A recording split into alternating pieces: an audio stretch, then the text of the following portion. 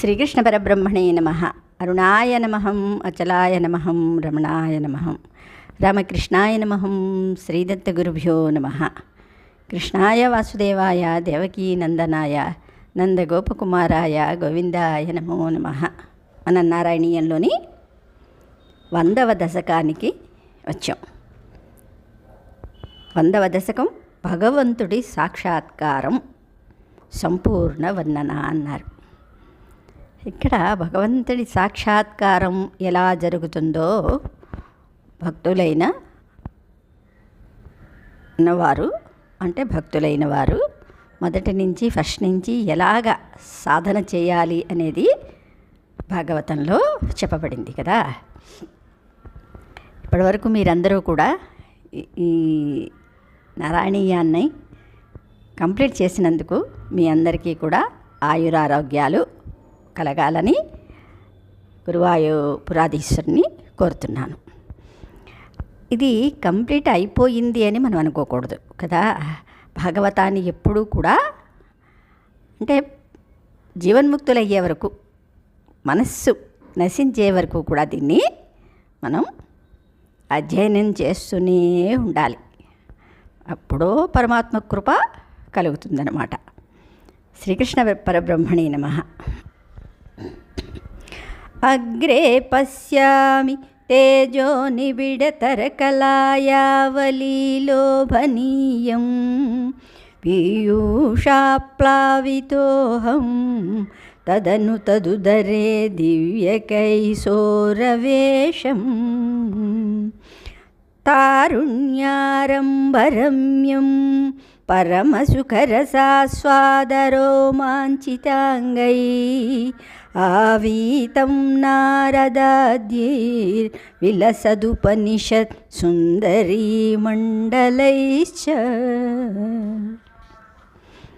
ఇక్కడ చెప్తున్నారు, నా ముందు దట్టంగా వరుసగా ఉన్న నీలి కలువ పూలను మించిన నీలిరంగు తేజస్సుని నేను చూస్తున్నాను.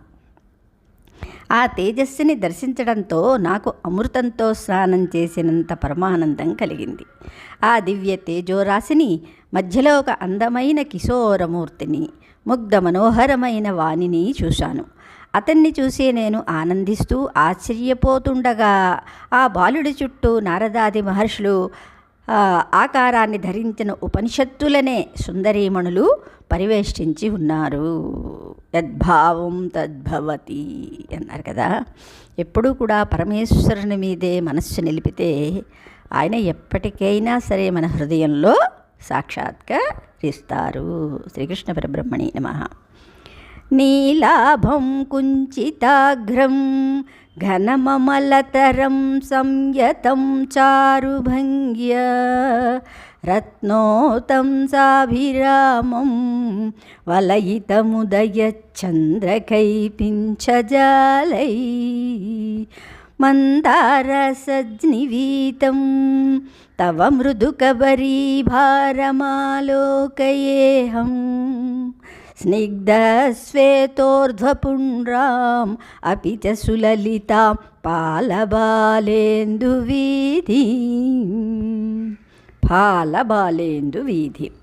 స్వామి, ఆ పుష్పంలో ఉన్న నీ రూపం నల్లగా నిగనిగలాడుతూ వంకీలు తిరిగిన కేశపాసాలను చక్కగా నడినెత్తి మీద ముడివేసి ఆ ముడికి మణిమయ ఆభరణాలని, అందమైన మందార మాలల్ని చుట్టి దానిపై నెమలి పింఛాన్ని పెట్టి విలసిల్లుతూ ఎంతో మనోహరంగా ఉంది. నీ పాలభాగం బాలచంద్రుడిలా ఆహ్లాదకరంగా ఉంది. ఆ దివ్య పాలభాగం పవిత్రమైన తిరునామంతో ఊర్ధ్వపుండ్రం అన్నారు కదా, తీర్చిదిద్దబడింది. శ్రీకృష్ణ పరబ్రహ్మణే నమః. హృద్యం పూర్ణానుకంపార్ణవమృదులహరి చంచలద్భ్రూవిలాసై ఆనీలస్నిగ్ధపక్ష్మావళి పరిలసితం నేత్రయుగ్మం విభోతే సాంద్రఛాయం విశాలారుణకమలదళాకార మాముగ్ధతారం కారుణ్యాలోకలీలా శిశిరిత భువనం క్షిప్యతాం మయ్యనాథే. దేవా, నీ కనుబొమలు కరుణ అనే సముద్రంలో లేచిన చిరు కెరటంలా చలిస్తూ ఉన్నాయి. నీ కనురెప్పల మీదనున్న వెంట్రుకలు ఎంతో నల్లగా మృదువుగా ఉన్నాయి. విశాలమైన నీ రెండు కళ్ళు మనోహరమైన దట్టమైన కాంతులతో విశాలమైన ఎర్ర తామర పూలలాగా విరాజిల్లుతున్నాయి. చక్కటి కంటిపాపలతో చల్లగా ఉండే నీ కరుణాకటాక్ష వీక్షణాలని ఏ దిక్కులేని నా మీద ప్రసరించు. ఉత్తుంగోల్లాసినాసం హరిమణిముకుర ప్రోల్ల సద్గండపాళి వ్యాలోల కర్ణపాసాం చితమకర మణికుండల ద్వంద్వదీప్రం ఉన్మీలదంతపంక్తి స్ఫురదరుణతరఛాయ బింబాధరాంత ప్రీతి ప్రస్యంది మందస్మితమధురతరం వక్త్రముద్భాసతామే.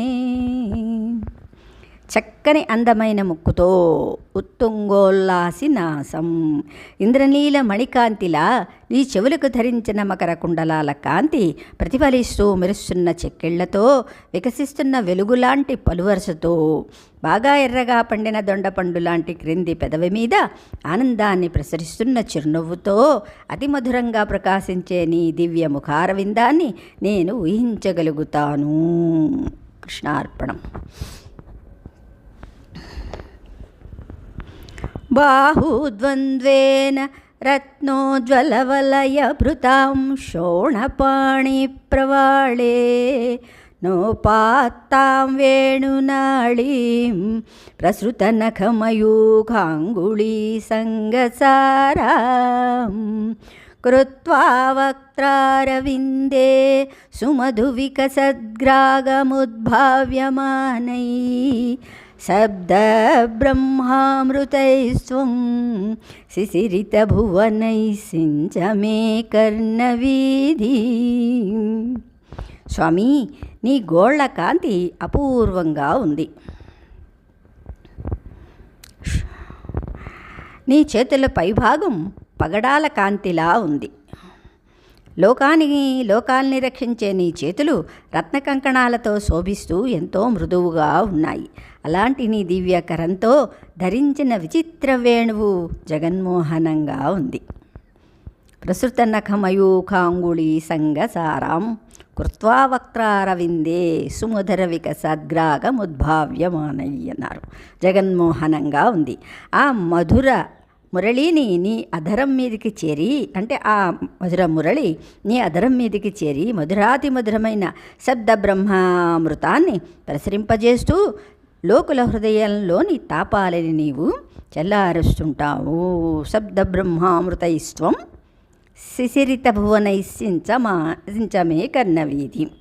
వీణుల విందైన నీ మధురగాన రసాన్ని నా చేత కూడా ఆస్వాదింపజేయి స్వామి అన్నారు. అంటే నేను కూడా వినేలాగా నాకు ఆ భాగ్యాన్ని ప్రసాదించు.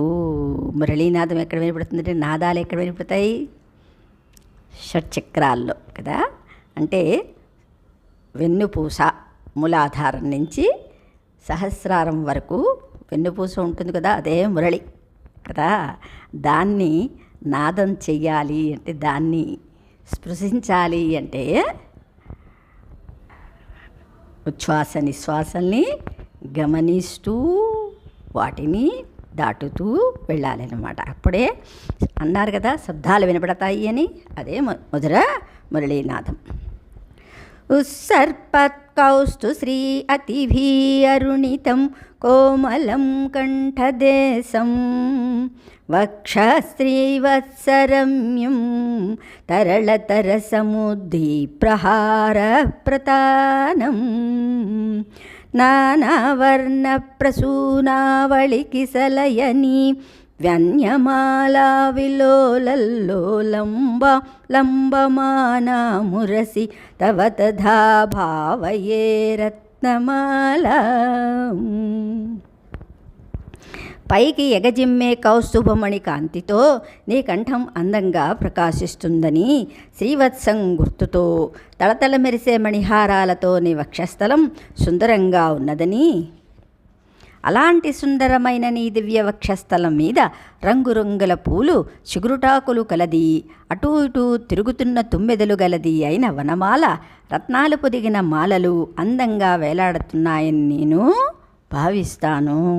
ఇదంతా కూడా మనకల్పితం కదా. అంటే పరమాత్మని ఎప్పుడు కూడా మనస్సులో ఆరాధిస్తూ ఉంటే ఆయన యొక్క స్వరూపం, మరి వేదాల్లో పరమాత్మ ఎలా ఉంటారో వర్ణించారు కదా. అవునా, మరి కొన్ని దర్శనాలు కూడా మనం దేవాలయాల్లోని దర్శించుకుంటూ ఉంటాం కాబట్టి ఆ మూర్తిని ఎప్పుడు స్మరిస్తూ ఉంటే అవి మనకి అంటే ఒక్కొక్క విధంగా కనబడుతూ ఉంటుందన్నమాట. అంగే పంచాంగరాగై అతిశయ వికసత్ సౌరభా కృష్ణలోకం లీనానేకత్రిలోకీ వితతిమపి కృశాం బిభ్రతం మధ్యవల్లీం సక్రాస్మన్యస్తతపోజ్వలకనకనిభం అన్నారు. అంటే సక్రాస్మన్యస్తతప్తోజ్వలకనకనిభం పీతచేలం దధానం ధ్యాయామో దీప్తరశ్మిం స్ఫుటమణిరసనా కింకిణీమండితం త్వాం. పరమాత్మ ఏ విధంగా కనిపించారో ఇక్కడ చెప్తున్నారు. 5 రకాల అంగరాగాలతో అంటే పరిమళాలు గుమగుమని శ్వాసనలు వెదజల్లుతూ అంగే పంచాంగరాగై అతిశయ వికసత్ సౌరభా కృష్ణలోకం కదా. సమస్త ప్రపంచాన్ని ఆకర్షించేవాడు, ముల్లోకాలని తనలో లీనం చేసుకున్నప్పటికీ తీగలాగా అందమైన నడుముగలవాడు ఇంద్రనీలమణి నేపథ్యంలో ప్రకాశిస్తుండగా ద్రవరూపంగా ఉన్న బంగారంలా ప్రకాశించే పట్టు పీతాంబరాన్ని ధరించినవాడు అన్నారు. సక్రాస్మన్యస్తప్తోజ్వల కనకనిభం అన్నారు. పీతచేలం దధానం ధరించినవాడు, వెలుగొందుతున్న మణులు పొదిగిన చిరుమువ్వలు గల త్రాడుగా గలవాడు అయిన నిన్ను నేను మనసారా ధ్యానిస్తాను. ధ్యాయామోం దీప్తరశ్మిం స్ఫుటమణిరసనా కింకిణీ మండితం త్వాం. కృష్ణార్పణం. ఊరు చారు తవోరు ఘనమసృణరుచౌ చిత్తచోరౌరమాయ విశ్వక్షోభం విసంఖ్య ధ్రువమణి సముభౌ పీతచేలావృతాంగౌ ఆనమ్రాణాం పురస్తాన్యసనధృత సమస్తార్ధపాళీ సముద్గచ్ఛాయం జానుద్వయం చ క్రమపృథులన్మనోజ్ఞే చ జంఘే నిషేవే. స్వామి, నీ ఇక్కడ తొడలు వర్ణిస్తున్నారు. నీ తొడలు సుకుమారమైనవి, మనోహరమైనవి, దృఢమైనవి, నునుపుగా నిగనిగలాడేవి, లోకోత్తర సుందరైన లక్ష్మీదేవి మనస్సుని సైతం ఆకర్షించేవి. అలాంటి నీ ఊరువుల అందచందాల్ని దర్శించే లోకుల మనసు చలించకుండా ఉండేందుకు కాబోలు వాటిని పట్టు పీతాంబరంతో ఎల్లప్పుడూ కప్పి ఉంచుతావు. నీకు నమస్కారం చేసేవారికి నీ జానువులు అక్షయ నిధుల్ని ప్రసాదించేవిగా ఉంటాయి.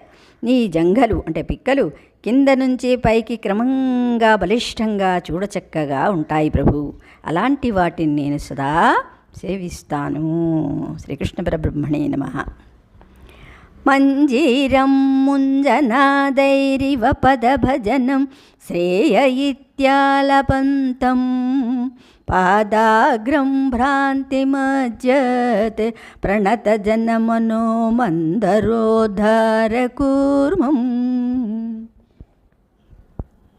ఉత్తుంగా తామ్రరాజన్నకర హిమకరజ్యోత్స్నయాచ్ఛాశ్రితానాం సంతాపధ్వాంతహంత్రీం అతీమనుకలయే మంగళామంగుళీనాం. స్వామి, నీ దివ్య చరణాలను సేవించటం వల్ల అందరికీ సకల శుభాలు కలుగుతాయి అని చెబుతున్నట్లు నీ కాలియందలు సవ్వడి చేస్తున్నాయి. అజ్ఞానం అనే మహాసముద్రంలో మునిగిపోయిన నీ సేవకులను ఉద్ధరించటం కోసం నీ పాదాల పైభాగం పరమసాధనంగా ఉపకరిస్తూ క్షీరసాగరాన్ని మదించే సమయంలో మందర పర్వతాన్ని పైకి లేపిన తాబేల్ని తలపిస్తోంది. నీ పాదాల గోళ్ల ఎర్రని కాంతులు చంద్రుడి కాంతులుగా మారి నిన్ను ఆశ్రయించిన భక్తుల సంతాపం అనే చీకట్లను పారద్రోలుతున్నాయి. ఆ విధంగా విరాజిల్లే నీ దివ్య పాదాలను భక్తిపూర్వకంగా నేను భజిస్తాను. యోగీంద్రాణం త్వదంగేష్వధికసుమధురం ముక్తిభాజాం నివాసో భక్తానాం కామవర్షద్యుతరుసికిలయం యుతరసుకిసలయం నాధతే పాదమూలం నిత్యం చిత్తస్థితం మే పవనపురపతే కృష్ణకారుణ్యసింధో హృత్వా నిశేషతాపాన్ ప్రదిశతు పరమానందస్నందోహలక్ష్మీ. కృష్ణయ్య, ప్రభు, నీ శరీర భాగాలన్నింటిలోకి నీ పాదాలు ఎంతో శ్రేష్టమైనవి. అవి యోగులకు ప్రధానమైన ధ్యాన లక్ష్యంగా, ముక్తి పొందేవారికి నివాసంగా, భక్తులు కోరిన కోరికలు తీర్చే కల్పవృక్షంలా అలరారుతున్నాయి. అలాంటి నీ దివ్య పాదాలు సదా నా హృదయం మీద నిలిపి ఉంచి, ఓ శ్రీకృష్ణ కారుణ్య సముద్ర, ఓ గురువాయుపురాధీశ, నాకు పరమానంద సంపదని ప్రసాదించు. అజ్ఞాత్వా తే మహత్వం యదిహ నిగదితం విశ్వనాథ క్షమేధ స్తోత్రం చైతత్సహస్రోత్తరమధికతరం త్వత్ప్రసాదాయ భూయాత్. ధ్యేధా నారాయణీయం శృతిషు చ జనుషా స్తుత్యతావర్ణనేన స్ఫీతం లీలావతారై ఇదమిహ కురుతామాయురారోగ్య సౌఖ్యం. లాస్ట్ శ్లోకంలో కూడా నాకు 6 ఆయురారోగ్యాల్ని ప్రసాదించమని కోరుతున్నారు. అందుకని ఏదో ఒక శ్లోకం చదివిస్తే రోగాలు నయమైపోతాయి అనేది సాధ్యమయ్యేది కాదు. ఎందుకంటే మనస్సు ఎప్పుడూ కూడా పరమాత్మ మీద ఉంటే అప్పుడు లోపల ఉన్న మన యొక్క శారీరక బాధలు మెల్లిమెల్లిగా క్షీణిస్తాయన్నమాట. ఓ విశ్వనాథ శ్రీకృష్ణ, నీ మహిమని కొంచెం మాత్రమే గ్రహించి నిన్ను అభివర్ణించిన నన్ను దయచేసి క్షమించు. అంటే పరమాత్మని స్తుతించడం అంటే ఆయన స్తుతికి కూడా అతీతుడే కదా. క్షమించు. 1000కి పైగా శ్లోకాలతో చేయబడిన ఈ స్తోత్రం నీ అనుగ్రహానికి పాత్రమవుతుందని నా ఆశ. ఇందులో వేద ప్రతిపాదితమైన ధర్మాలు ప్రస్తావించబడ్డాయి. 1000 నోళ్లతో కీర్తింపబడే నీ స్తుతులు, నీ దివ్య లీలావతార గాథలు మనోహరంగా వర్ణించబడ్డాయి. ఈ స్తోత్రం నారాయణుడికి అవతార విశేషాల గురించి రచించటం వలన, అలాగే నారాయణుడనే కవిచేత రచింపబడటం వలన ఈ 2 విధాల గ్రంథానికి నారాయణీయం అనే పేరు సముచితంగా ఉంది. ఈ నారాయణీయాన్ని వినేవారు, వినిపించేవారు, పఠించేవారు, నిష్ఠగా పారాయణ చేసేవారు అందరూ నీ అనుగ్రహంతో ఆయురారోగ్య సౌఖ్యాలు పొందాలని నేను కోరుకుంటున్నాను. ఏవైనా తప్పులుంటే క్షమించండి, పెద్దవాళ్ళు కూడా చూస్తారు. ఇది ఆయన యొక్క ప్రోత్సాహమే, అంతకు తప్పించి నేను ఏదో పెట్టేనని కాదు. అందరూ కూడా భగవంతుడికి అనుగ్రహానికి పాత్రధారులే. శ్రీకృష్ణ పరబ్రహ్మణే నమః.